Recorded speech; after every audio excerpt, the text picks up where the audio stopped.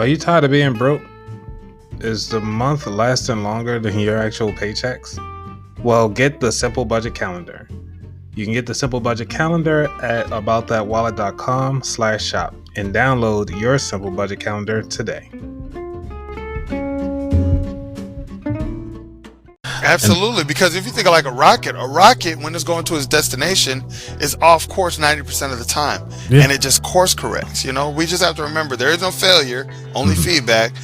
There are no losses, only lessons. When we keep that in mind, that in mind, then we'll just see the end goal, knowing that we'll probably have to pivot and adjust along the way as expected, right? I always talk about Thomas Edison. It was like, wow, it took you 1,000 times, 10,000 times to come up with an incandescent light bulb. He's like, yeah, but now I know 999 or 9,999 ways of it, how it won't work, right? Right. And so he was so successful because he figured out enough ways that things wouldn't work, that now everything that he does works because he's learned from his mistakes so many times. Welcome everybody back to another exciting show of the About That Wallet podcast. I have an awesome guy. I call him my guy, Chris, who is a speaker, entrepreneur, and an author of the book Financial Literacy 101 for college students. Definitely to make sure you get yourself a copy.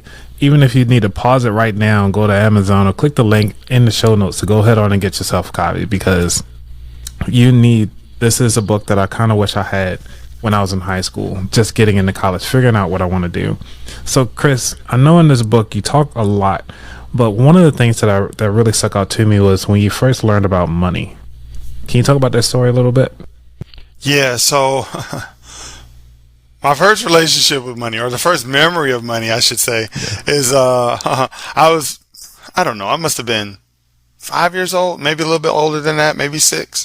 But I was going to the store with my dad and my 2 friends, and we were on the way to the convenience store. It was a little small shop, and my dad was getting ready to go inside, and he was like, "You can come on in if you want to," and so my friends were in the back. I was like, "Hey, I want some chips." They were like, "Sure." So I said, "Okay, let me get some chips." And so I walk into the store, and guess what I see?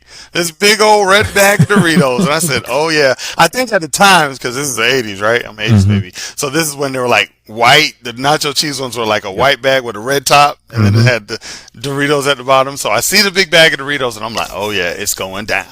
Right? I'm 5 years old. So then I said, "Okay, this is what I want." I grabbed the chips. And I said, "All right, I got the chips." And I walk out the store and walk back in the car. And I said, "Guess what, y'all? It's time to eat." So I don't know if you caught it, but there was one integral part that I missed. I forgot to pay for the chips, right?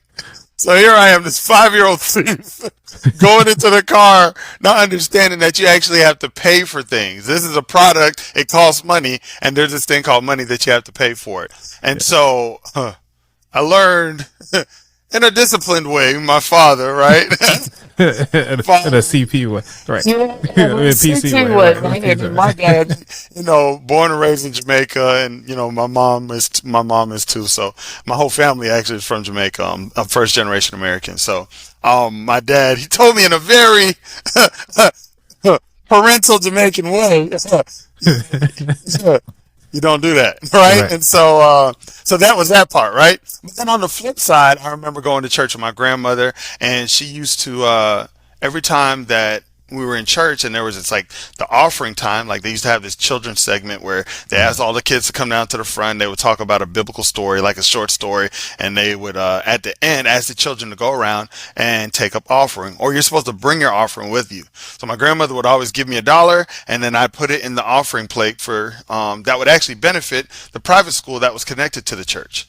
So it was like giving back to not just the church or giving back, but it was actually for a good benefit. So I had like 2 early memories of money. One where it's just like, okay, I need to understand that if there's something out there that has value and you need to pay money for it, that's exactly what you need to do, right? Don't steal. And then the other half is you actually could take your money and do good with it. Right. So I had those 2 first memories of money, and that pretty much set the trajectory for my life as far as understanding money, or at least had an imprint on the psychology of money that I had at a young age. Yeah, because I was thinking about that when I was listening to your story of the time when I actually like stole like a sticker. You remember those hologram stickers when they first came out? Oh Like, yeah, I'm 80s I baby. know the hologram. Yeah. Like, yeah, look what I got. Yeah, look what I got. And put on your notebook and everything like that. Be the Oh yeah, last oh one in yeah, school. yeah. Oh, yeah. Like you walk around Yeah, with that the composition Trapper book. Keeper and Yeah. the composition book, holograms. Yeah, I remember. Yeah. So I stole one of those. My mom and I guess you could say in a way, told me not to do that, and Right, you know, in a fancy way, right? yeah. Walk back to the store screaming and with a couple welts, you know what I'm saying? Yeah, And, all that just like- magically appeared. It's Like, like, I don't know where these came from. yeah, I know Tell- about that. tell the store clerk, yeah, I'm sorry, you know. Yep, and that's the thing I forgot to mention. So when I had the chips, my dad had me come in, apologize to the store owner or the manager, the clerk, and then he gave me the money to actually pay for it. But yeah, that was a lesson learned that I never forgot. Right? So many years later, I still remember it, and you still remember them bumps from them stickers. Yeah. So it gets you to now, like, you know, as we older outside of school and went through college and everything like that, because you also got student loans as well, but you're now trying to help people not get to that same process. And I doing some research, and I noticed that you're mentioning about how people were able to actually make money while in school using scholarships. Can you talk about a little bit about that? Yeah, so that's a great question. And there are a lot of ways where students actually get money while they're in school, right? Some people are like, okay, the only thing you're going to do is be emptying your pockets. Right. So the very first thing that we want to do is we want to stop or prevent students from ever having to take out a student loan. And we can get to that if we have time. But one of the ways that students could do, like some people see applying for scholarships as a full-time job. Right? Like that's an actual thing, because not all scholarships adjust to tuition, because there's scholarships, especially the internal scholarships that colleges and universities offer. So let's say that your tuition and fees is $5,000 a semester or $10,000 a year to make it easy. And let's just say that they were willing to give you up to $25,000 a year in scholarships from that school. But the thing is, they're not going to give you the full $25,000. They're only going to give you up to the amount of tuition and fees, or up to the amount of tuition, right? Or let's say that you're in a state like Georgia, where the Georgia Hope Scholarship, if you have a certain GPA or above, like a 3.0 and above at the current time, if you have a 3.0 and above, then the Hope Scholarship will pay for your tuition. Just the tuition, not the tuition and fees, not the housing, not all this other stuff. They'll just pay for the tuition based on wherever you go, if it's a public or in the university system of Georgia. And so it just means that if the tuition and fees is $8,000 a semester, Hope will cover that. If it's $2,000 a semester, Hope will only cover that. And so there are those type of scholarships. On the flip side, there are also scholarships that organizations and donors will just give you a flat amount. Right? So let's just say, for example, the Taco Bell Live My Scholarship, which is what I usually help a lot of my students apply for. And they'll apply for the scholarship, and let's say you get $25,000 for the year, right?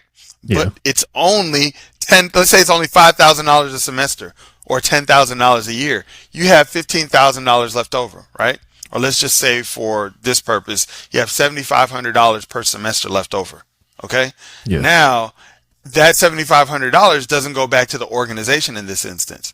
You have what's called an overage check or a refund check, that after all your bills and expenses are paid for, then that money goes to you. And most of the time it goes into a bank account that you designate.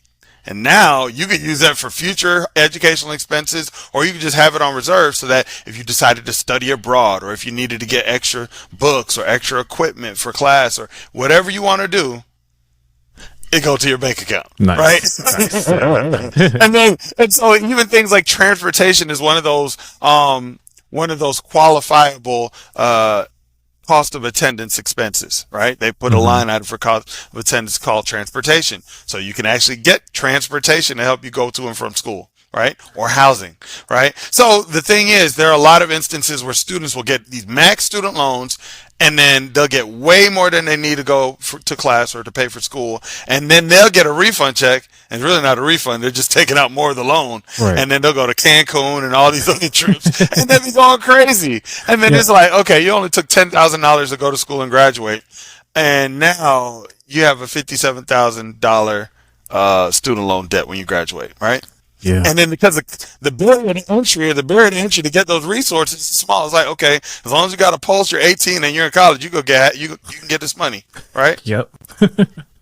And so that's one part. And then there are other different ways like passive income streams and things that a lot of students already do that they're just not leveraging or knowing how to monetize, right? Like a lot of them have YouTube channels. Like one of the students that I work with, she goes around and she does like different outfits and things like that, and says, okay, here's a tour of my camp, here's a tour of my dorm room, here's the way I'm going to decorate it, and she gets a lot of views from that, and she actually monetizes. She gets money each and every month just from posting the stuff she's already doing.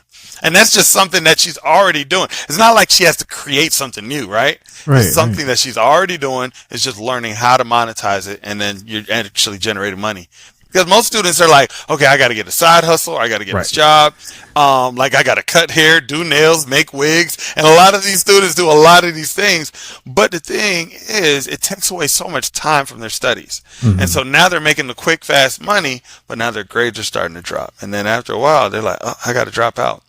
Or they get so good that their clientele number rises, and now they're getting so many clients because they're so good, they have no time for themselves and they have no time for their classes, right? Yeah, one of my college buddies, because I think he got a job at HP when I was at Morgan as my undergrad, and I think he only had like a year left, and he was like, I ain't coming back.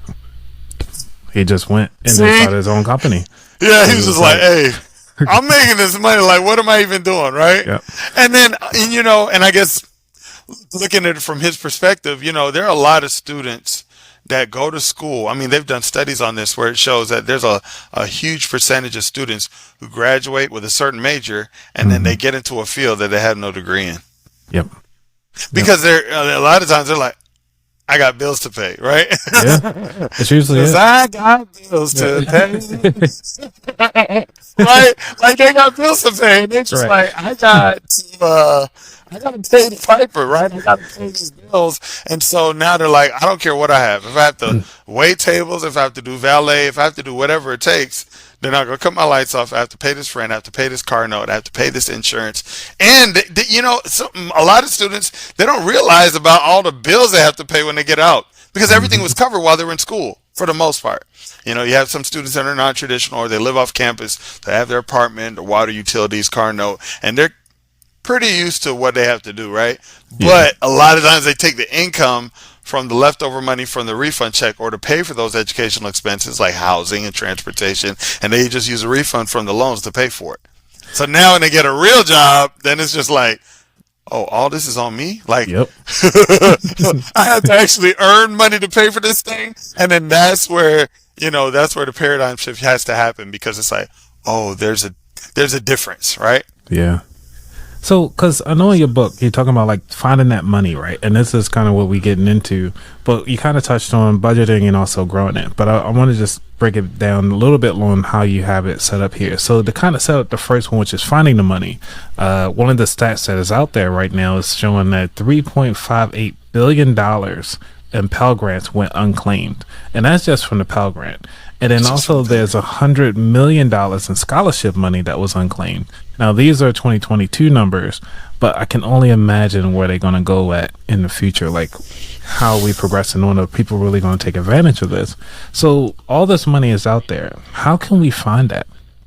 Great question. And you hit the nail on the head. And the most important word you said is unclaimed, right? So it's not that people aren't putting forth the effort and getting denied or rejected. It's that they're not even putting the effort in the first place.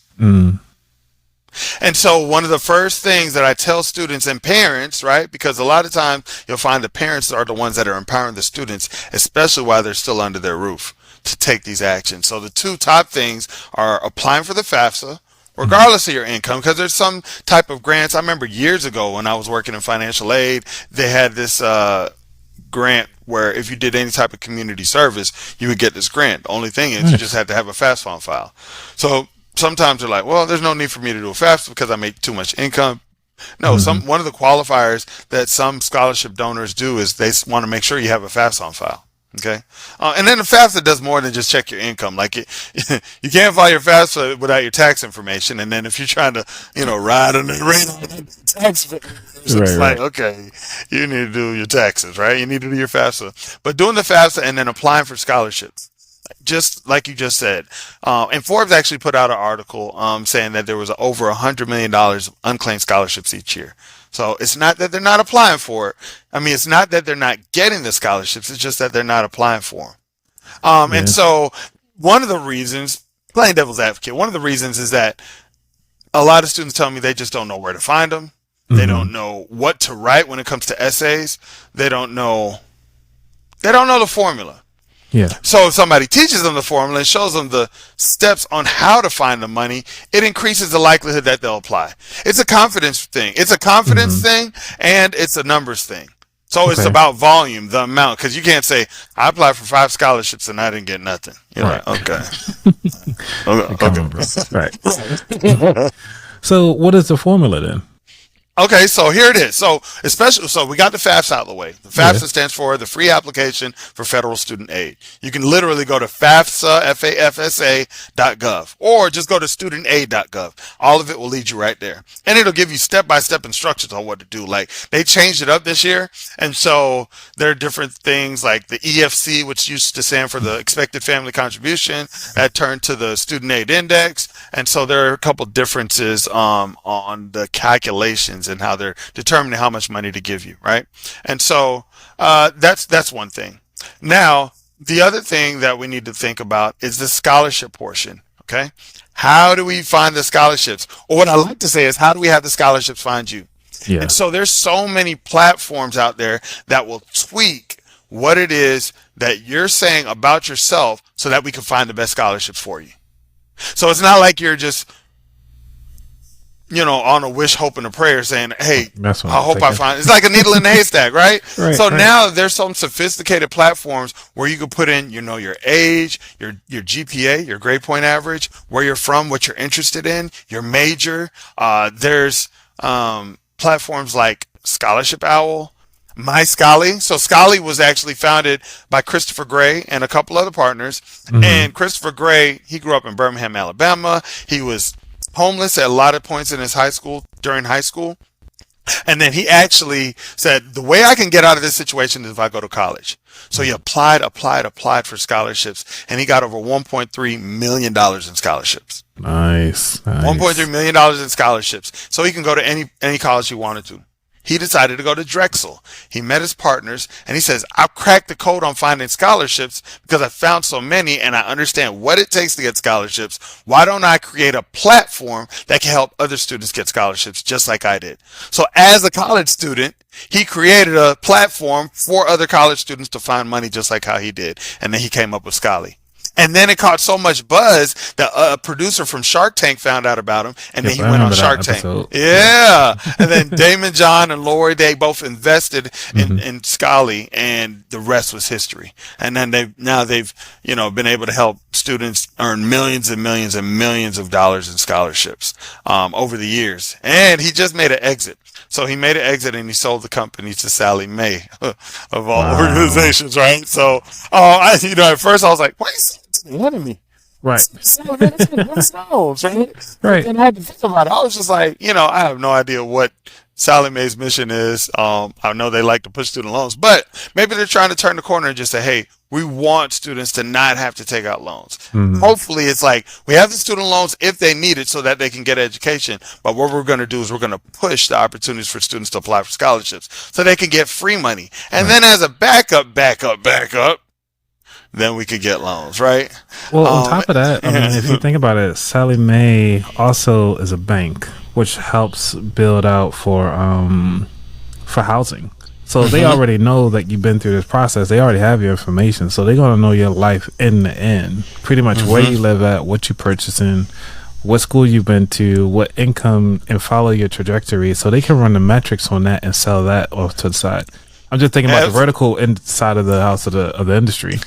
Yeah, and a lot I'm of sorry. people don't know where Sallie Mae started from because during the Nixon era, Hmm. this Sallie Mae was known originally as SLMA, and SLMA stood for the Student Loan Marketing Association.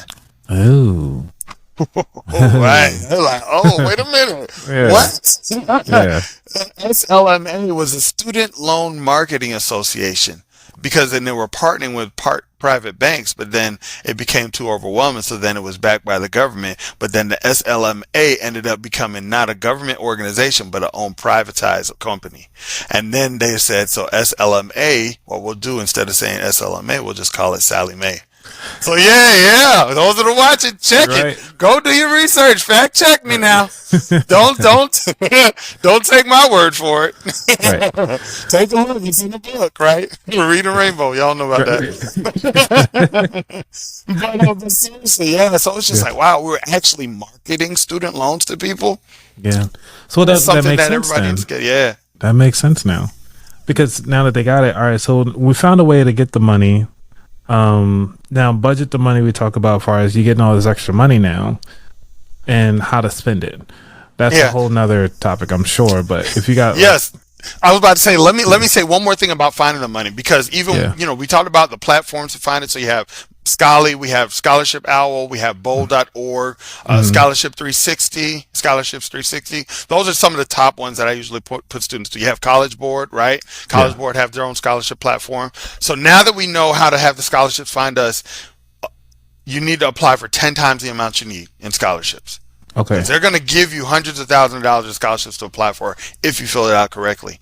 Now you have to apply for 10 times the amount you need per year. So let's say you need $30,000 for all your expenses to go to college. You need to apply for $300,000 worth of scholarships. Okay? Now that you have $300,000 worth of scholarships applied for, it's a numbers game.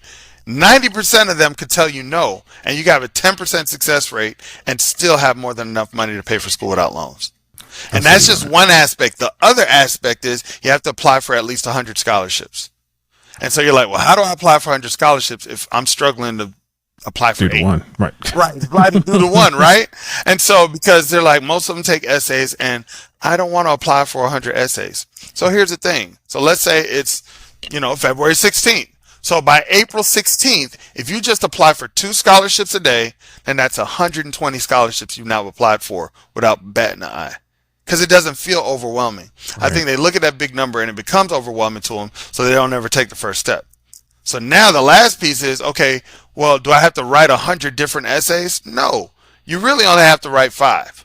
Okay? Once you have those 5, you put them in the Google Cloud. Put them in the cloud, put them in Google Drive, and now you have access to them no matter where you are. So you don't need your laptop. You don't need a flash drive. You just have to have access to your Google Drive, and you can get it from your phone. If your phone dead, you can go to a library or any place that has internet cafe, right? And you can have access to your Google Drive, and then you just copy and paste it based on what the organizations are asking.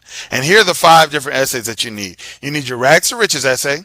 So this is showing how you're showing your resilience. You're showing the donors and the organizations how you got that bounce back attitude. They want to feel confident that if they're going to give you this $50,000, you're not going to drop out of school next semester. Right? You're not going to say, life is too hard. I ain't got what it takes. Cut the camera. Yep. I'm done. You remember that? Show's over. Right? Like, you're going to give up. But the thing is, if you've shown how you face some type of obstacle or challenge in your life or have been through something, either ongoing or in one instance, and as a result, this is what you've been able to do to surpass that. It's like, despite this happening or despite me going through these things, this is what I've become. This is what I've been able to do. And that just shows how you've been able to show resilience. And I always tell students, facts tell, stories sell. A lot of people hear that, but facts tell, stories sell. Don't write it like a boring English paper, right? Tell the story. Make it connecting to them emotionally. Have them put themselves in there. Like, if they can relate to it in some form or fashion, or they may have a loved one that they think about as they read your story, that's going to compel them to remind them of themselves. And they're like, that was once me. I want to donate to this student because I can see them going much further in life than I did, right? Yeah. Or they might have another loved one that's saying, oh, that's little Johnny. Oh, man, if Johnny was in this, I'd be able to do that. So now that you have that, that's one. Number 2 is your impact/leadership essay. How have you shown impact How have you made an impact, and how have you shown leadership, within an organization, within your family, even at school, in organizations, or what type of impact do you plan on making in the world, right? Right. Because then it shows that I want to, let's say there was an example where one guy, he won this, $50,000 scholarship, and he was just saying that, throughout his life, he had certain disabilities, like physical disabilities. And he says, I want to be the face of those with disabilities and let them know that despite the disabilities, you can have the ability to push forward and achieve all your dreams, right? And so that's how he wants to make an impact, and he wants to be able to help those younger than him, right? So that's an example. Now, the third thing is, what will you do with the money? If you have a clear-cut description of what you're going to do with the money, then organizations feel more confident to give you the money, because they're just like, okay, we give them this $20,000 or this $200. When you're applying for everything, that's the thing. When you get the scholarships on the platforms, filter it by deadline. I guarantee you're going to see some scholarships have a deadline within the next week or two. Because sometimes students think, oh, well, it's not a good time for me to apply because there are no scholarships out for me to apply for. No, there are scholarships around year round. There are always scholarships year round to apply for. So know what you're going to do with the money. Your career / major. What are you going to major in? Why are you going to major in it? And what are your career goals? And you can even tie impact with that. What is the impact that you plan on making in that industry? How are you going to shake things up and change? Because then that has you thinking about, I'm going to give back to this industry. I'm going to make this industry better because of what I'm going to add to it. Now, because the donors themselves, they're giving. They're doing something by paying it forward. So if you have something to where you go and do something at the YMCA or Boys and Girls Club, or you do something by giving back, or you go and help out, you go feed the homeless or those in need during certain parts of the year or on a weekly basis, like you're going to show that you're paying it forward just like the donors are paying it forward to you.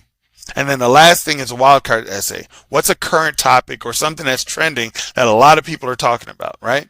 Or something that you might see that a lot of law offices or personal injury law offices will want you to talk about driver safety. Yeah. So if you have your driver safety essay and with the importance of driving safe, now you can use that for probably 50 law firms that are asking for that same prompt.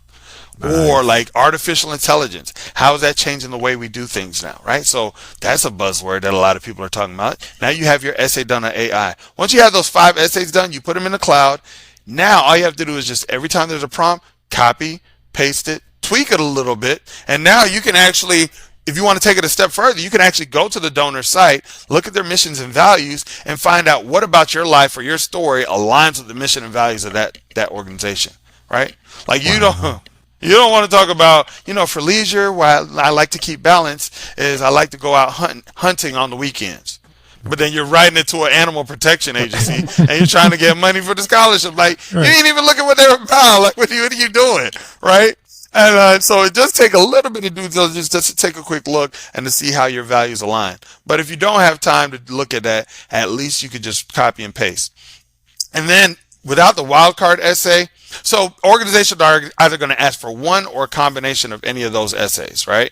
Yeah. And then if you're doing like a super duper Avengers essay is like what I like to call it. I just made that up. But a super duper Avengers essay, then you could combine the 4 into one essay, and then that's going to be your cookie cutter universal essay where if you just like, if I want to hit them with everything, boom, let me hit them with a hook, compel them, and tell them my story, why I need the money, what I plan to do with my career, how I plan to make an impact, and then what my rags to riches story is, how I've shown resilience, and despite what I've been through, this is what I plan on doing in my life.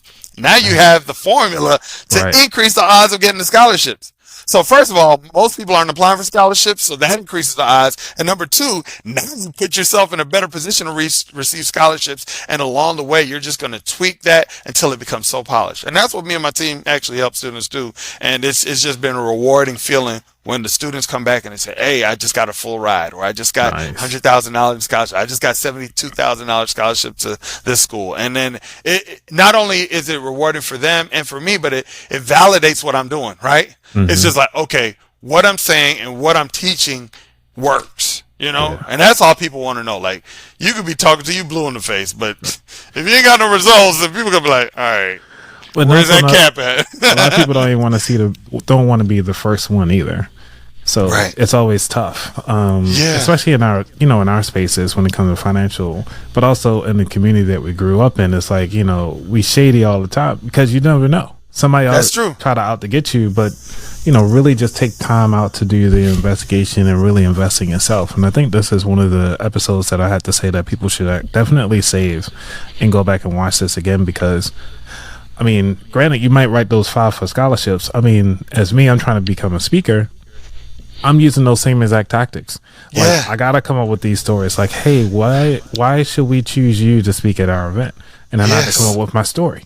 Yes. And same thing for grants, like for the business Yes, grants. yes. You got to do the same exact thing. Absolutely, So you it hit the doesn't nail matter. on the head. Yeah. Yes, and that's the thing. Those skills are transferable, and you can use them in all types of areas of your life. It's not just for scholarships, Yeah. but like you said, proposals and business ideas and speech ideas and partnerships. Like it crosses over into so many different areas of your life, and it's also showing that when you do the right activities over time, you end up reaping the harvest. You Yeah. end up getting what you've been planning for so long. It's just like, you sow a seed, but you reap the harvest later. Well, And so, yeah, go ahead. But it was going back to, because I like that analogy mostly because it takes a different skill to plant the seed, but it also takes a whole nother skill to harvest the seeds. Because it's like, and the beauty of nature is that one seed can produce many. Yes, But, yes, you know what I'm yes. Say saying? that So- again. Say that again. One seed can one do seed what? produce many. And because it could produce many, think about it like that investment. So it took a lot of time to write those essays because some people never written them before. But as soon as they get it, when they start planting those seeds or planting the essays out to those different things, they plant them into so many different pots of soil, Yeah. and then they reaping all the money at this point. So now we're talking to the harvest side of the house, which is budgeting. Now you got all Yes. this money. Yeah. What are you going to do with it? Right. So I'm Right. sorry, I'm turning it back. I got you. Yeah. So now we're talking about budgeting the money, budgeting / managing the money. And so I take 2 approaches with this because sometimes, even though when I focus on the college student, a lot of parents are like, hey, I need this book too. Like this thing got some good stuff that I can use, right? And so one of the things, let's start with the college student. So when students are in college, typically if they're living on campus, they don't have all these other real world expenses, right? And so I have them come up with a college budget and then I come up with an after college budget, right? And so this is during that stage, especially like if they're not getting ready to graduate next semester, but early on in their college career, I just said, if you had a magic wand and you could paint the perfect lifestyle for yourself, what kind of house would you want? What kind of car would you like to drive? How often would you like to travel? What would you like to do? What would you want your life's experience to be? Because that can vary from person to person. But then it gets them to dream. And now the more crystallized that vision is or those goals are, now they can actually put a cost to it. I was like, okay, go to bankrate.com or any of these sites where you can figure out how much is it for a mortgage based on this percentage, right? Based on this interest rate. And how much is it going to be per month, with the PITI, principal, insurance, taxes, and interest, right? Yep. And so now that you have those things, how much is it actually going to really cost you per month or over the term of the loan? How much is it going to cost you? Now, for this $1.2 million house, you're like, okay, it's going to cost me this much per month. Okay. Now, if I want this car, how much is it going to cost for that note, right? And now you're breaking it down. If you have an annual cost, you could divide it by 12, and now you have a monthly cost of your lifestyle. Okay. And so now you're like, okay, well, based on the job that I'm going for, this is how much I'm going to earn. And this is my dream lifestyle. And this is how much it's going to cost. So most of the time there's a disconnect. And then that's when we talk about, okay, well, have you considered, developing a digital product or, developing something like that? And then if you have a price on that, how many of those would you need to sell a day on average to be able to have this lifestyle? And so the thing is, then I have them start thinking outside the box. Like, okay, well, if you didn't have the job, how many of these would you have to sell? And it's just like, would you have a premium product with a higher cost, right?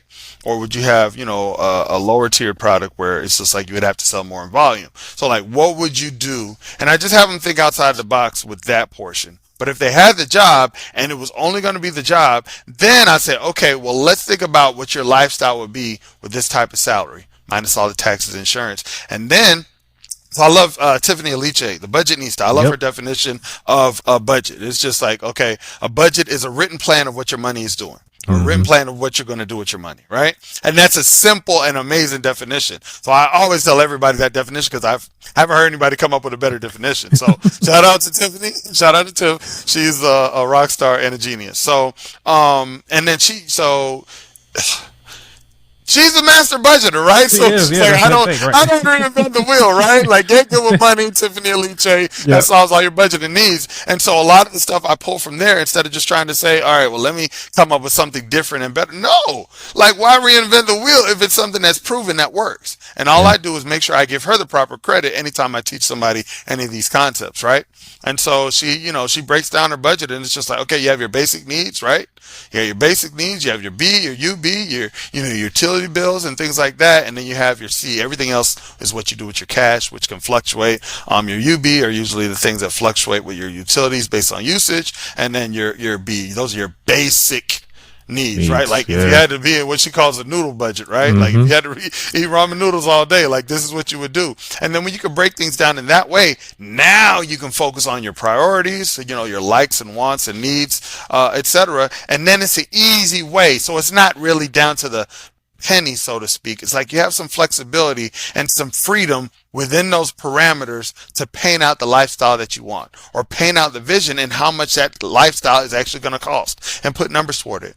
Now you can have goals and you can have a lifestyle to where you fit things in. One of the things I like to do is I like to do the 70-20-10, and which isn't the most popular. That yeah, I like that budget. Okay, you like that. Exactly. Because it's simple. It's just like, okay, so usually I'll start off and I'll combine two principles together, but the numbers still work out the same. So I start with the pay yourself first method, right? The richest man in Babylon with the 10-10-10, right? Or then same thing like Robert Kiyosaki, he does the 3 piggy banks, which is essentially the same thing as the 10-10-10, where you have your investing, your saving, and your charity, right? And then you just take, if you have $1,000, $100 goes to charity or tithing, right? And $100 goes towards saving, and $100 goes towards investing, right? Yep.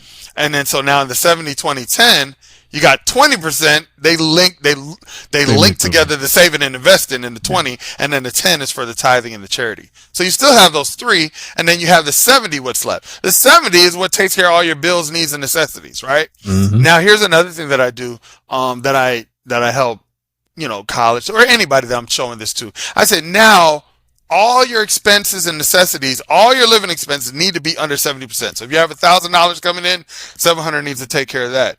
But I said, but let's say you're the type that likes to enjoy themselves, likes to just, have money where they're just like, I'm just going to spend it and have fun. I said, then you can actually take 20% from that 70, and that could be what I call your play money. Right? So it's just like you're working hard, you're organizing, and then it's just like your $20, that's just your play money just to enjoy yourself. Not saying that you have to spend the whole 20, but then you can be free to just say, you know what, this is just my play money, right? This is my treat myself, and even though that could be a line item itself, but this is just your play money, right?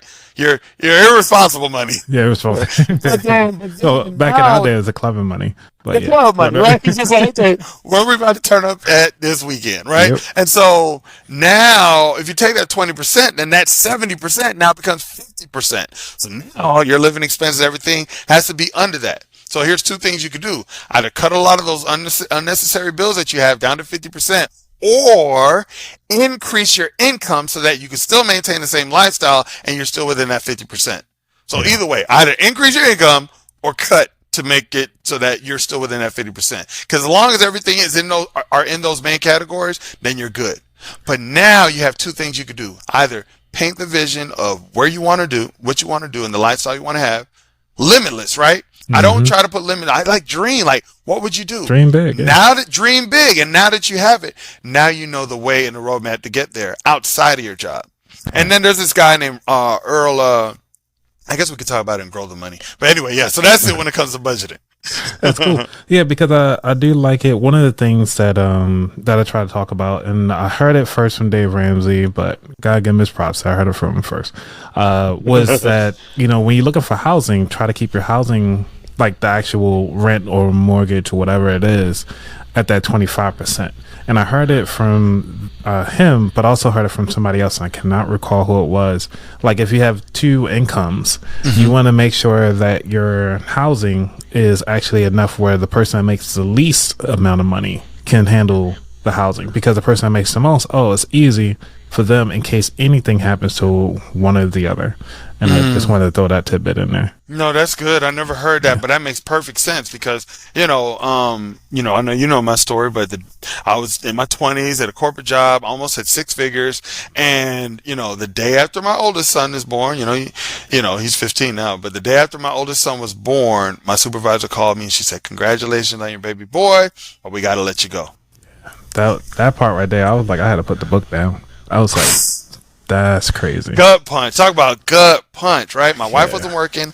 I'm not working now. And then 2 months after that, losing everything in an apartment fire. So it wasn't just the blow of me losing the job, and I had everything in control, right? Yeah. And then just being hit with the fire and no renter's insurance. I didn't want to pay the extra $12 to $15 a month for the voluntary renter's insurance at the apartment complex I stayed in. They were like, because it wasn't mandatory at the time. When you have, home insurance and you have to cover certain things, but apartment, they're like, okay, well, here it is if you want it, at the time. And I didn't have it. And so lost everything because I was spending all my money. I didn't know about emergency savings. So yeah, even while we're on the budget. So now we're looking at the saving, right? And we're talking about 10% going into savings. So it's just like, okay, do I just continue to save for the rest of my life? No. So the reason is because you'll only want to put money in your savings until you have at least a year's worth of your expenses, monthly expenses in an account, right? So it's just like whatever your monthly expenses are, multiply that times 12. So let's just say if it's $3,000 for your monthly expenses, multiply it times 12, $36,000, right? Now you have $36,000 in your savings. Now you're like, okay, well, if I have, and here's a smart thing to do, especially if you don't have the discipline to take it out of your account and put in another one. If you work for a company, just have payroll, go to HR and have them put it in a different account, a different savings account automatically when you get paid. That way you don't have to take it out yourself. It's automatically just going in there. Better yet, have it go to a high yield savings account or credit union or something like that, because there's a thing called inflation. And there's a reason why I say stop it after a year. Inflation grows on average, and this is like even a few years ago, which was the average, was 2%, right? Yep. And now, in the last few years, it spiked up to like 6 or 8, and like a couple years ago, right? And it was getting up there. It's like, wow, I would never thought that inflation would get to this amount, right? But on average, it's 2%. But then when you're looking at traditional or the most common savings account, is usually 0.001%. 0.001, not 1, 0.001. Oh, come on, not the 00. At least I saw at least 01. 001? 001. What? Most of them. 0.001. If it's gone up now, you might get to 0.01. Right, that was like. But still, it's not even 1%. That's the point we're trying to bring home. Right, you got something growing at 2%, and it's not even 1%. It's point. Let's give him that. Right. 0.01. That's not even. That's 1/10%. It is. It is. It's really sad though. But yet they investing it and taking it to do whatever they want to. We're like, oh yeah, we'll give you some chump change for giving us free money to go invest on doing whatever we want to invest. Exactly. Yeah.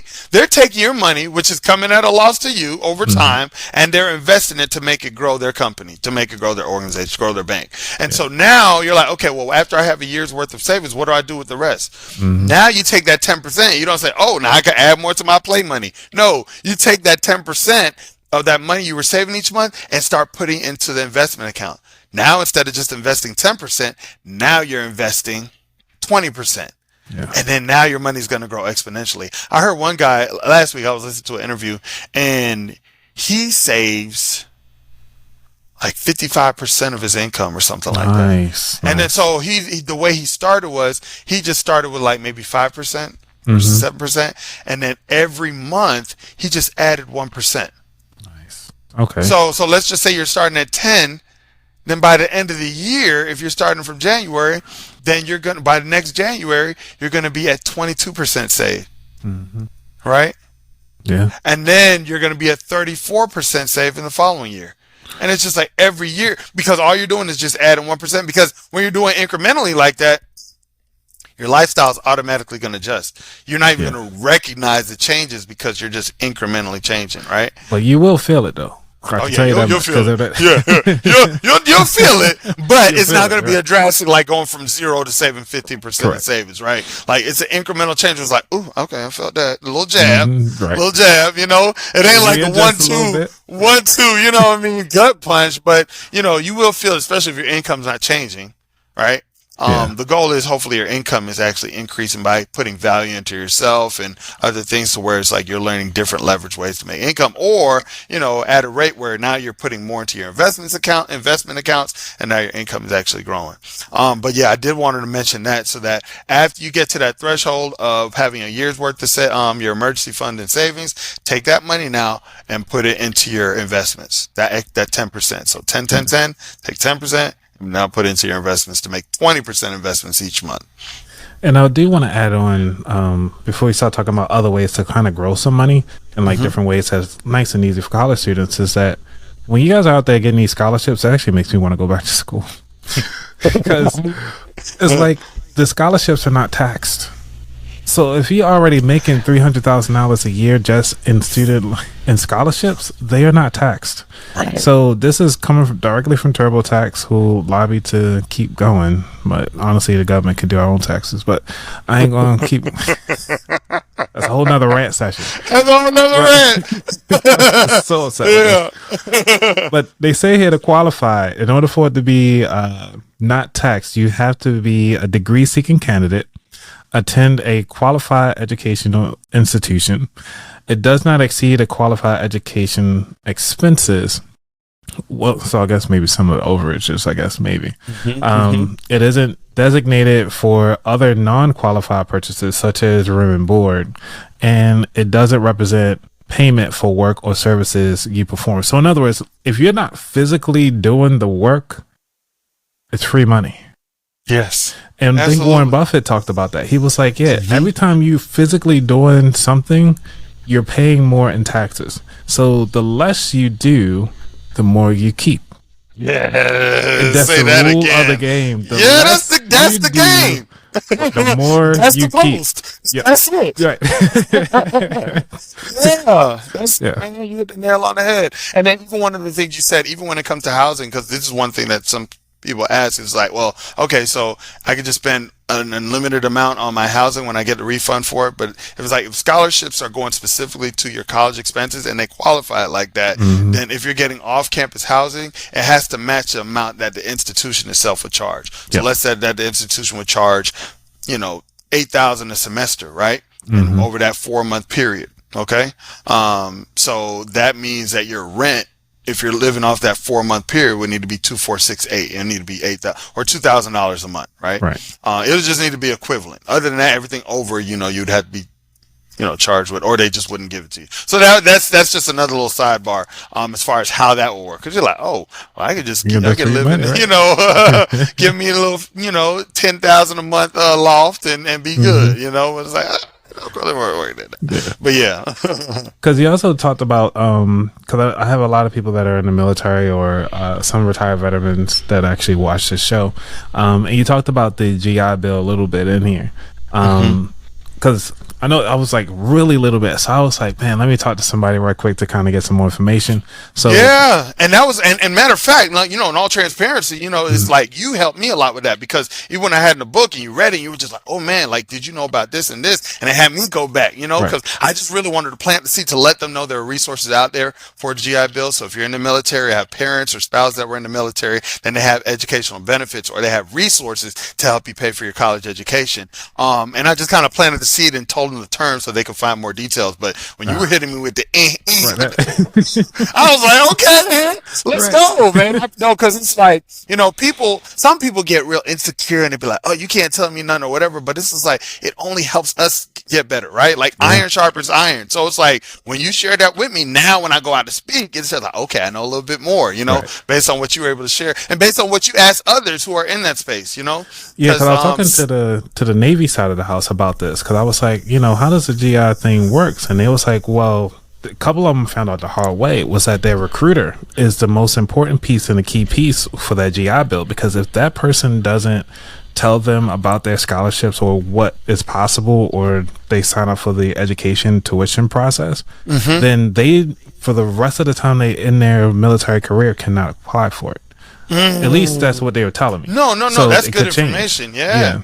And a lot of people wouldn't know that because it's like some of that fine print stuff. It's just like, yeah, here go the basics, but better read this fine print line. It's like, oh, wow, I didn't even know about that. You gotta So ask that's for huge. it. So on here they have something called, pretty much just check the job because it changes each time. So this right here is mostly for the Navy side that I wrote in here. I still got to talk to the Air Force and the Marines and also the Space Force and see how they actually operate. But obviously, Yeah, but a lot of those things probably transfer over, even though that's specific for Navy, it probably has a similar line item or something that's real specific. So yeah, so whatever branch you're in or whatever branch your parent or whoever was in, check with the specifics on the current terms and conditions and policies for that, because like you said, it's always changing. Like even the FAFSA after all these years is changing again, right? And so it's just like, what are we doing now? Because depending on when you're watching this, like they put a big pause on it where everybody was like, okay, December 1st, everybody better go in there and apply. And on December 1st, what happened? Nothing. They were like, all right, December 31st, we're going to stay up till midnight and this was going to happen. We're going to apply. And then only a few people were able to get in. And now they're putting a pause and saying, okay, in March, we're going to be able to do it this time and open it back up. And it's like, come on, people. And so I've been just hesitant to, I tell people in general, apply for the FAFSA whenever you can, but I'm waiting until they work the kinks out, right? Okay. I said, in the meantime, apply for these scholarships, okay? Yeah. Apply for these scholarships. Now, if you can at least get the application started and get something submitted, even if you have to change it, then get that done. That way, if you have scholarships that require the FAFSA, you already have one on file. And that's really the main reason why I'm kind of pushing the FAFSA to just get it done ASAP, because it's first come, first serve in a lot of instances. Definitely. All right. So we gotta get to this third book. we're going line by your book. I'm sure you figured that already. okay. I was like, I love it, man. I talk about this all day, man. Right. So we're gonna talk about growing that money. So now that we found the money, we budgeted it. What are some low ways that people can actually kind of grow their money while they're in college? Oh man, there's so many ways. Like a lot of times people overlook what they actually have inside themselves. One easy way to just take a self-inventory is take a sheet of paper, put a line down the middle, and on one column put everything that you like to do, right? And then on the other line say everything that you're good at. Because sometimes a lot of times those things can be different, right? You can be real good at, making paper airplanes, but do you like to make paper airplanes? Maybe not, right? Or you might be good at doing math equations in your head, but do you like to do it? No, right? Or you might love to play the piano, but you might not be that great, right? And so there's some things, though, that cross both lines where it's actually you're really good at it and you like to do it. And that's where we call the prolific zone. And then once you find that, let's say there's people that are always coming to you for advice. And this could be any age, because there are a lot of young people that are really good at something and they could just talk about it all day, all night. Right? Can it be that third column? That third column be like, what do people actually come to you for? Yeah. I love it. Yeah. So now we can add that. As a matter of fact, I'm going to start saying that now. And then the third column is what do other people... Ooh, okay, I got you. All right. Next check where I'm going to be like, oh yeah, that's a door. Let me make sure I send you your commission. All right. I'm going to cash app you. I'll be like, you know what this is, bro. And so, I like that. Yeah. I'm taking that. Okay, cool. And it's like, and what do other people come to you for? And so now when you find all three of those, now you have something that you're great at, something that you love to do, and something that's valuable to other people. Something that's of value to other people. And with those three combined, that's something that could easily be monetized. Now it's just all about positioning. One of the things I have people do, especially the students, is I have them create like some type of low content book or no content book, like a journal, right? A lot of students are always journaling, or they have planners and things that they like to write in. Matter of fact, one student that I was working with, she's still working on it, and I'm about to work with somebody else if she don't want to do it. So this is up for grabs, right? So let's say that you're a biology student, right? You're a college student. And then you can create a whole business model after this, right? You're a college student, and then you have a college day planner. But the thing is, if you're a biology student, a lot of things are sometimes missing out of that planner. It doesn't have the periodic table of elements. It doesn't have a lot of the common equations that you use. It doesn't have certain things that biology majors wish that were in there, right? And then it could be certain dates and certain key things during the year that they need to know. Or it could be information about, student biology organizations and national and state level organizations. It could be a lot of things in the planner as a reference, right? Yeah. And then you can put a cover on it that a lot of biology students will like, because it can have symbols like microscope and the DNA strands, and they can have all these cool things that biology students say, this belongs to me, right? Yeah. But now you can come up with an idea, right? You can go to a website like BookBolt or any of these type of websites that can design it for you, so you don't have to do it yourself. Or if you want to do it from scratch, have somebody on Canva design it for you. Like when I did my workbook, I just went through my book, put the lines, got the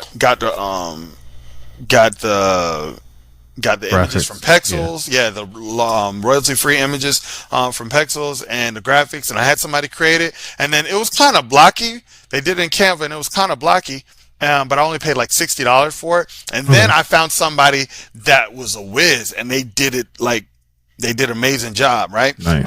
But the thing is, instead of me, because when I went through the book, I was just going to Microsoft Word and pulling out the questions and then just making dashes for the lines. Then I gave it to the original person, and then they were like, okay, I'll make it up. And they put the colors and how they wanted it to look. Then I took that concept and then went to the one that was Wiz, and then she only charged me, I think, like $200, right? Okay. So then I paid her to make it like really nice. She would have charged me much more if I would have came to her with no pictures, no format, and then the original Word document. So I was like, well, let me give her the assist, right? Let me give her that assist so that now it's more leverage to me to where I don't have to pay the premium pricing that you normally would have charged if she had to create everything in the dark. She was like, oh, you just want me to make this look better, right? Right. And so going back to that's a life hack right there. You know what I'm saying? Yeah. Leverage moving forward at the time, and like, all right, hey, and then give them that 80%. Like, hey, exactly. Do a little sprinkle. Right. Just add a little razzle dazzle to it. That's all I need. Just some razzle dazzle. Right. And then the thing is, the book is already created, and the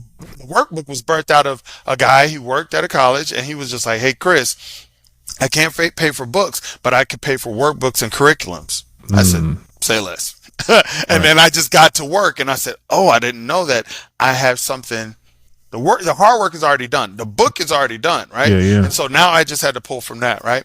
And so what I walk students through is the process of self-publishing, right? And getting something on Amazon. So now they have their biology book. They have their biology. Let's go. Yes, absolutely. Right. Let's go. That's what they I have. Yeah, and they have their biology book. Now, biology students from all around the world that are in university are going to want to get this day planner, right? Going to want to get this day planner because they have use for it, right? And let's just say you sell it for $20, right? Or let's just say that you can make $20 from it, right? Yeah. You sell 10 of those a day, right? 10 of those a day, and on a low end to all students that are biology students, 10 a day. Yeah. You make it $200 a day, right? Yeah. 10 days, that's $2,000. In 30 days, that's $6,000, $72,000 a year. Right. Now it's just like, wow. I have one product that I created one time that has the potential to make that. And then you could scale, because that's just off the product alone. Now let's say that you have a vlog/YouTube channel where all the biology students, all the biology students are coming to your channel for all the ins and outs of what it takes to be a successful biology student. And she can get like people who went to biology school that are in their fields and have them come on for a podcast type version, or she could just like interview them, or she could go on day in the life. She could do whatever, he or she could do whatever, right?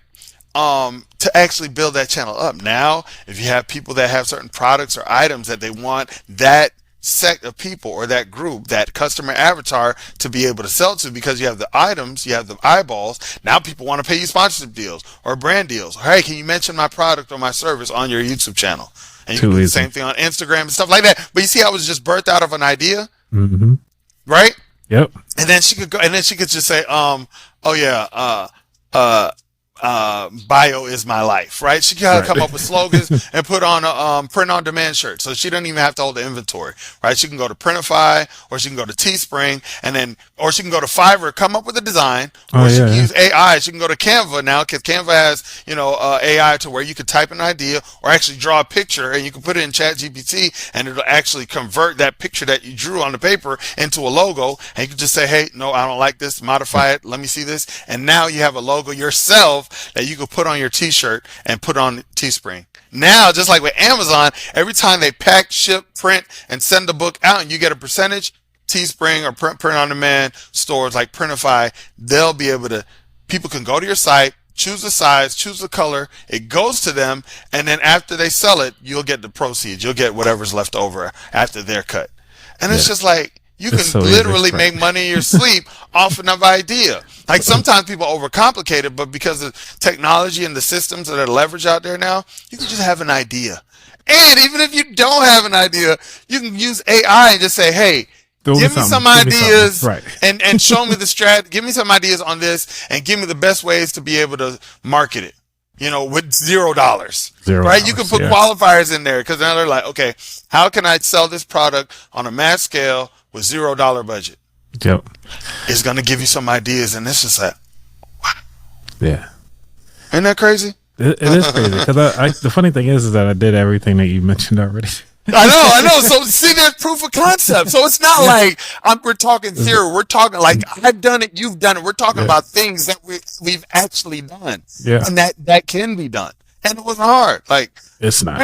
I ain't the smartest jack in the box, but when I signed out a few times and I learned it, then I got it. I won't forget it. And then you have to be open-minded enough to be able to learn from others. I think that's the only way you can get better, is if you're open to getting better. Yeah, and trying out, and I think because in school they only teach you to be successful all the time, every time, and we fail the students by treating them that way, and I think that's a disservice, at least from the education side of the house. That granted, there are some fields you can't fail, but you can experiment. That's why they got cadavers or whatever that people donate their bodies to science, is because they need to practice. So when they go out to real world applications, they know exactly what's going on. Absolutely. Because if you think of like a rocket, when it's going to its destination is off course 90% of the time. And it just course corrects. We just have to remember there is no failure, only feedback. There are no losses, only lessons. When we keep that in mind, that in mind, then we'll just see the end goal, knowing that we'll probably have to pivot and adjust along the way as expected, right? I always talk about Thomas Edison. It was like, wow, it took you 1,000 times, 10,000 times to come up with an incandescent light bulb. He's like, yeah, but now I know 999 or 9,999 ways of it, how it won't work, right? Right. And so he was so successful because he figured out enough ways that things wouldn't work, that now everything that he does works, because he's learned from his mistakes so many times. And so one of Google's philosophies is fail forward fast, right? So it's just like, okay, let's get everything out of the way that won't work so that we can get to our destination of success much faster. And so when you have that philosophy, it's just like, you only take things like you only take failure as feedback or losses as lessons. It's like, oh, okay, that didn't work. Okay, let me see how I can do this better the next go round. Right? Yeah. And I think that's a good way, because now that we pretty much went through all the 3 phases of your book, which brings us up to the 3rd segment of the show, which is the futures. What skills or habits that you feel that you need to take you to the next level? Oh, personally, just being able to leverage systems. Like, I'm at a point now where, so my son, I told you he before the call that he has severe autism. He's nonverbal and he has a lot of challenges, and so there are a lot of things that he needs my time for, right? And so because there are a lot of things you could do to make money, right? Yeah. But the thing is, some things take a lot of time. Like your physical time and your physical presence. Even if he's with me, it's like it takes a lot of time. So now it's all a matter of creating things taking a lot of time up front to build a system or to build something, even if I'm leveraging not just systems or through software and things like that, but people as well, right? Like if people can benefit and they get a certain piece of the pie or a certain payout for doing a certain activity, but it doesn't take my presence, then I'm now able to create that, all right? And so that's one of my focuses, is like, because he's getting older now and things are going to be different, right? He'll be done with school in a few years, and I have to think about how that's going to look, right? And so that's another one of my reasons why I do what I do now, right? And why I'm pivoting, right? Because I've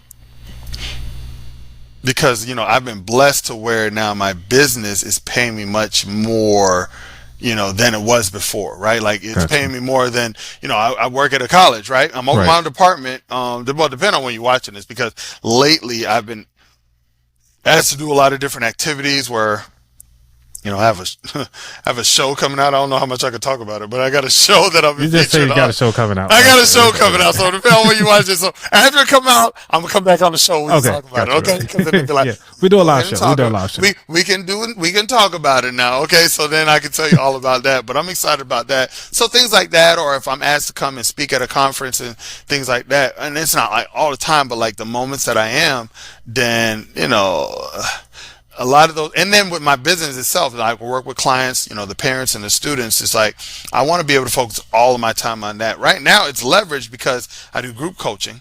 So I have my coaches that work with me, they do the one-on-ones, with the essays and stuff, but then I also do group coaching once a week, and then the recordings are documented. So I have like a 3-month, 12-week program, but then they have access to a year. So when I'm doing that, it's still leveraged because I'm only focusing all my efforts one day a week for that time slot, right? And it's leveraged to where it's paying me more than my job, so it's just like, if I didn't have the job, I look at the job like another stream of income, right? Right. And until at this point, it's just like, until it gets in the way of what my purpose I feel is and my business as a whole, then I'll just continue it, because it works. I have a passion because I work at a university and the students have access to me. It's just like, if I wasn't getting paid for what I'm doing, I would still do what I'm doing. Gotcha. And it's really for them and planting the seeds of how they can avoid a lot of mistakes I made coming up. Right. And so that's why I enjoy doing what I'm doing. Like, I have access to them. They have access to me. I get real time feedback and I get to see real time changes. Like, how priceless is that? Right. So like, it's a dream job. Like, why it aligns with everything that I do as far as helping young people get the building blocks they need to succeed. And so that's why I'm still there, right? Like I'll probably work there for free and just volunteer, I ain't gonna tell them that, but I'm just saying that's how much I enjoy working there, right? Like it's not about the money anymore. I appreciate the money, but it's not about the money anymore. So that's my focus right now, like leveraging systems to be able to scale. And still make the biggest impact while making the most amount of money with the least amount of time and effort. Right. Like that's the perfect formula. Some people are just like, well, if you shouldn't feel good unless you sweating blood, sweating tears while making the money, and you're like, you got to put in the grunt work. You got to. If you don't have to, right? If you want to get taxed. I can see it for a moment of time. If you want to get taxed, right? It's just like, there comes a certain point where you could just leverage your time. Like, so there's an example, and it's in the book too. I talk about it, but it's a guy I always talk about. His name was Earl Crowley. Earl Crowley was in the 60s at the time. He was a parking lot attendant at this, around the corner in this financial district, and he never made more than $12 an hour as a parking lot attendant. Never made more than $12 an hour, and he was dyslexic. But one of the things that he did with his $12 an hour salary or pay is that he took the extra money that he had and he put it in the right side of the quadrant. We talk about the cash flow quadrant. He put it into the investment quadrant. And then he invested in like blue chip stocks and all these different investments to where at the time of the recording of the video, you can actually YouTube it. It was in 2008. His portfolio was over $500,000. Nice. And now clearly it's, probably millions with an S at the end, but it's just like, he never made more than $12 an hour with his W-2 job. Earn the income. He just took the extra amount and then he have the money make money. You have to be able to leverage people and systems and or money to make money on that right side of the quadrant. Because we're taught, go to school, get good grades, Yep. get a high-paying job as an employee, Yep. or if we get tired of working for the man, then we Just work get your own as a business. self-employed. We are the business, right? But then the smart people say, no, we don't need to be the business where the business depend on us. We need to be able to leverage other people's time and system to own the business, and then pay somebody to run the business for you. That's right? it. Yeah, we're gonna have to have a whole nother discussion talking about buying businesses and leveraging those businesses. Whenever you decide to find that formula, let me know. We can definitely have you back on, because it brought up the memory of Tim Ferriss' book, The 4-Hour Work Week.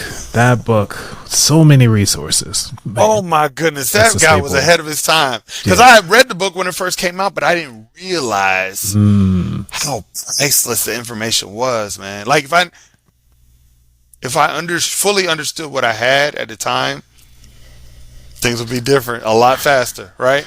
Yeah. But I just appreciate how he was the forerunner and a trailblazer with his thought processes. Yeah. But it goes to show that the seed was already planted. It just takes time for it to nourish. Come on, and that's what I'm talking about. Yeah, you're like, it's okay. It was just the seed that was planted. We going back to the seed, sowing the seed and reaping the harvest. So that's that. Okay. You just didn't have the tools yet. Like I said, it's two different skill sets to get that done. So that's right. I appreciate that. Made me feel better. You like it was a seed that was planted, man. It just took a little time to grow. That's all. Yeah. Anything you got before we dive into these final 4 questions? No. Let's go, man. You and I could go and talk forever, man. We just like boom, right, boom. You know. But this is good stuff. Awesome.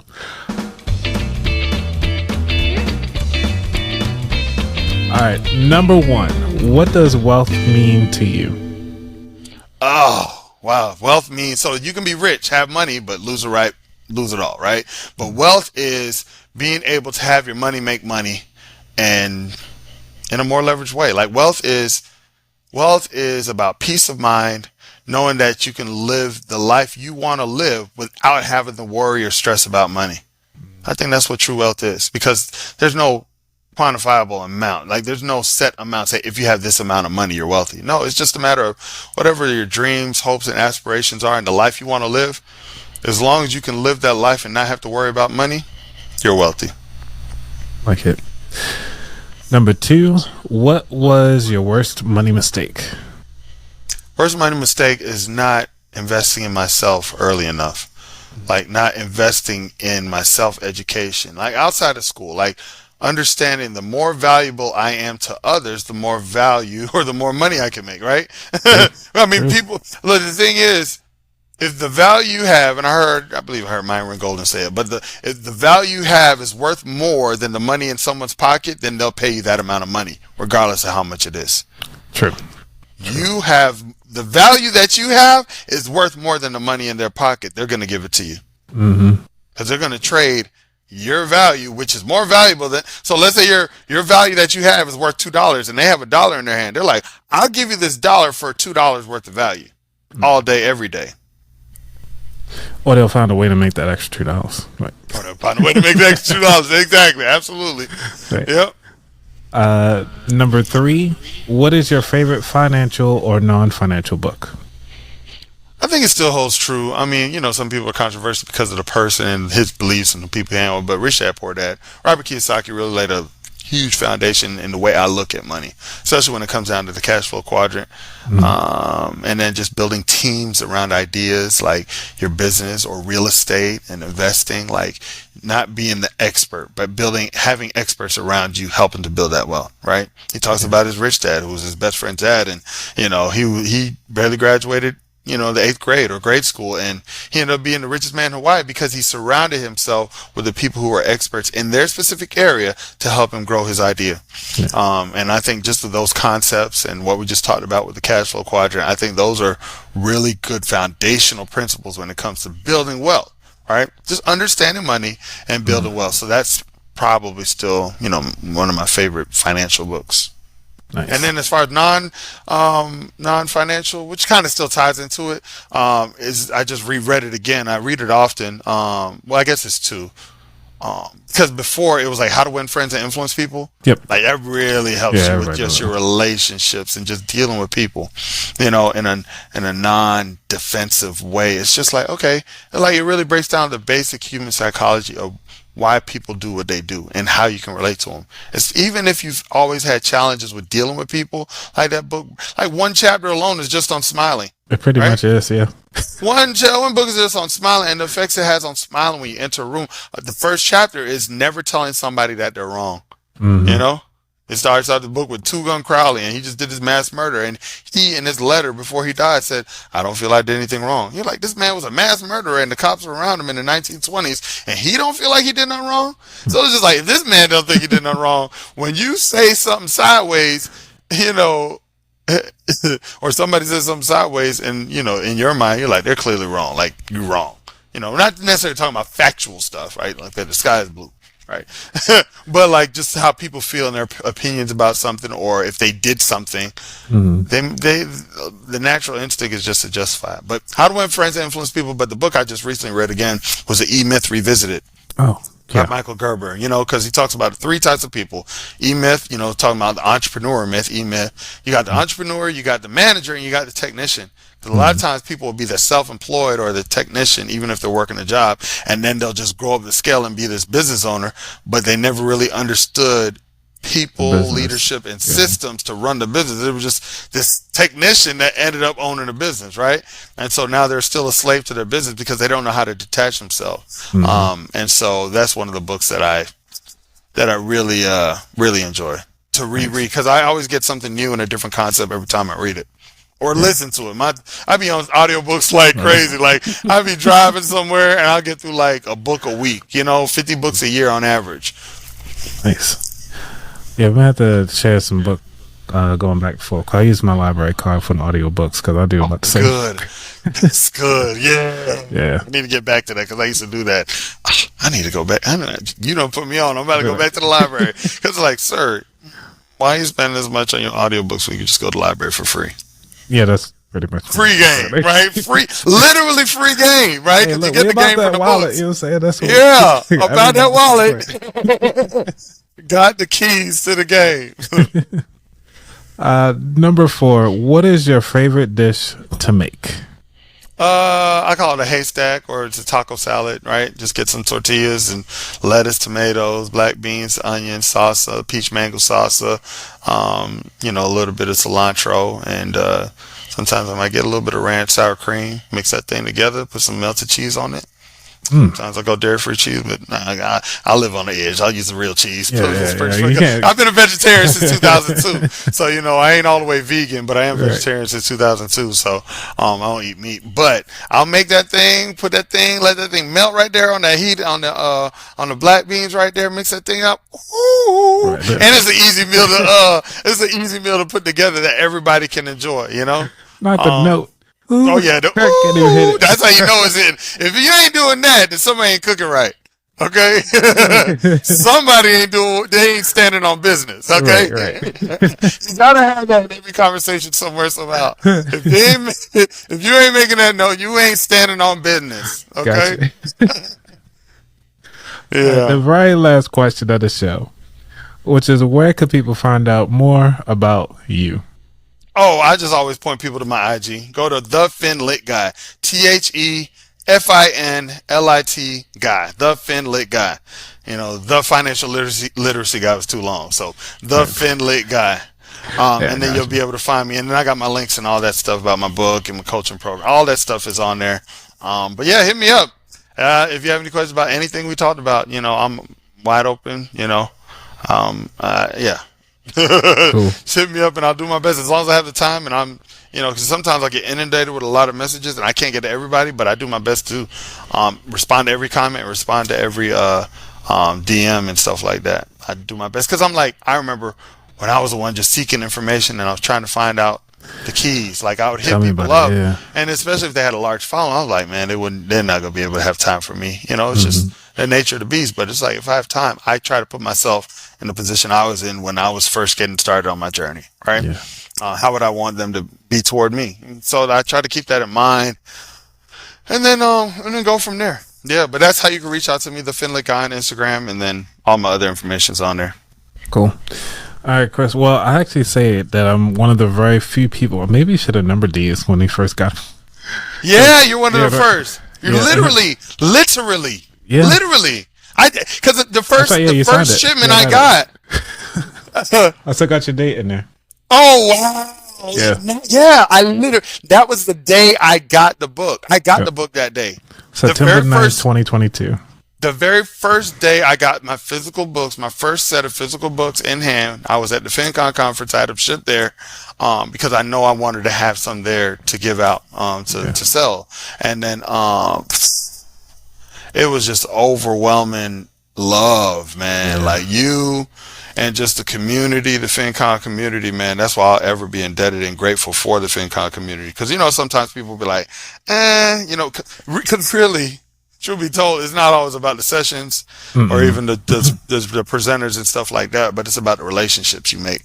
Definitely. It's about being in the room and having the relationships like us, like we connected at VidCon, and it's just like the conversations and the relationships you make outside of the conference, right? It's that when you go into lunch and we go into Top Golf, right? Man, you came out to support that too. Like, it's just, that's what it's all about, man. It's like the conference, that's just like a bonus or something on the side, but it's all about the relationship. So you are literally one of the first people to buy my book, man. And now, I've been fortunate with organizations buying it, tens of thousands of dollars, probably like $40,000. I got to look at the numbers again, in sales since then.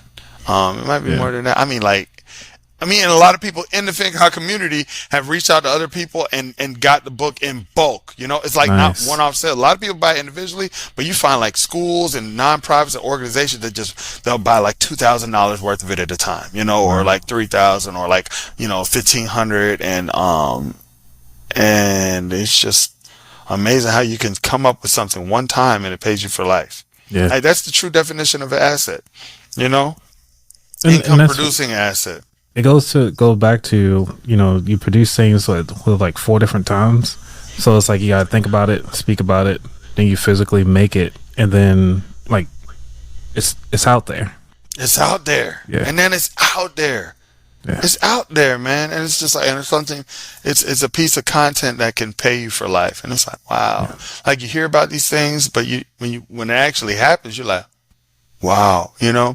And so I knew I had one time to make a first impression. So it took me about 8 months to write it, because the way I did it was I thought about all the major questions that people would ask me, or the things I even wanted to know, or the things I wish I knew when I was younger, when I was a young guy just getting married, or when I was a college student, and like, I wish I knew all these things, and I would just list it in that format. I came up with a framework: find the money, budget the money, grow the money, right? Right. And then I would just list everything out in outline and just bullets. And then I would just come up with case studies and real stories of people I've worked with, or stories I've read about, through research, and just put it in there. Because even like Rich Dad Poor Dad, there's a lot of financial terms and principles in there, but we remember the stories, right? We remember the stories. We remember Rich Dad and Robert Kiyosaki and his friend, and wanted to make money. So then they took the nickel, the lead from the toothpaste things, made the coins, and said, we're making money, right? Or then you hear about the Velcro wallet business, right? And then how he went bankrupt with that because he didn't have the right protection or the right way to set up his business. Or you think about, the real estate, or you think about him talking about Ray Kroc and McDonald's. You're not in you're not in the burger business, you're in the real estate business. So you hear about all these different stories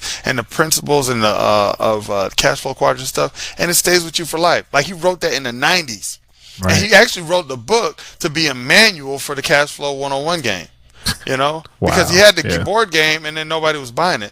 So then he was just like, well, let's come up with a manual that kind of illustrates the principles that we want people to get as they're playing the game. And then people started buying the book. The book became a bestseller. And then it was just like, oh yeah, well, we got this thing. We got a game that we're really trying to push the book for people to buy. Right. And then he was able to sell the game on the back end after people understood the principles about the book. So see, that's what I'm doing with my habit journal, because I was like, let me start off with the journal first, because like you said, it's low entry, just get something out there, and then I'm actually planning on writing a book to have it ready for FinCon this year. Let's go. So yeah, it's like I got all the elements. I just gotta put it together. But with AI, because AI makes you lazy, because that's the reason what's taking me so long. Because I'm like, I could just easily type this in and be done. Just like boop boop. Give me some ideas on what I could talk about in this chapter.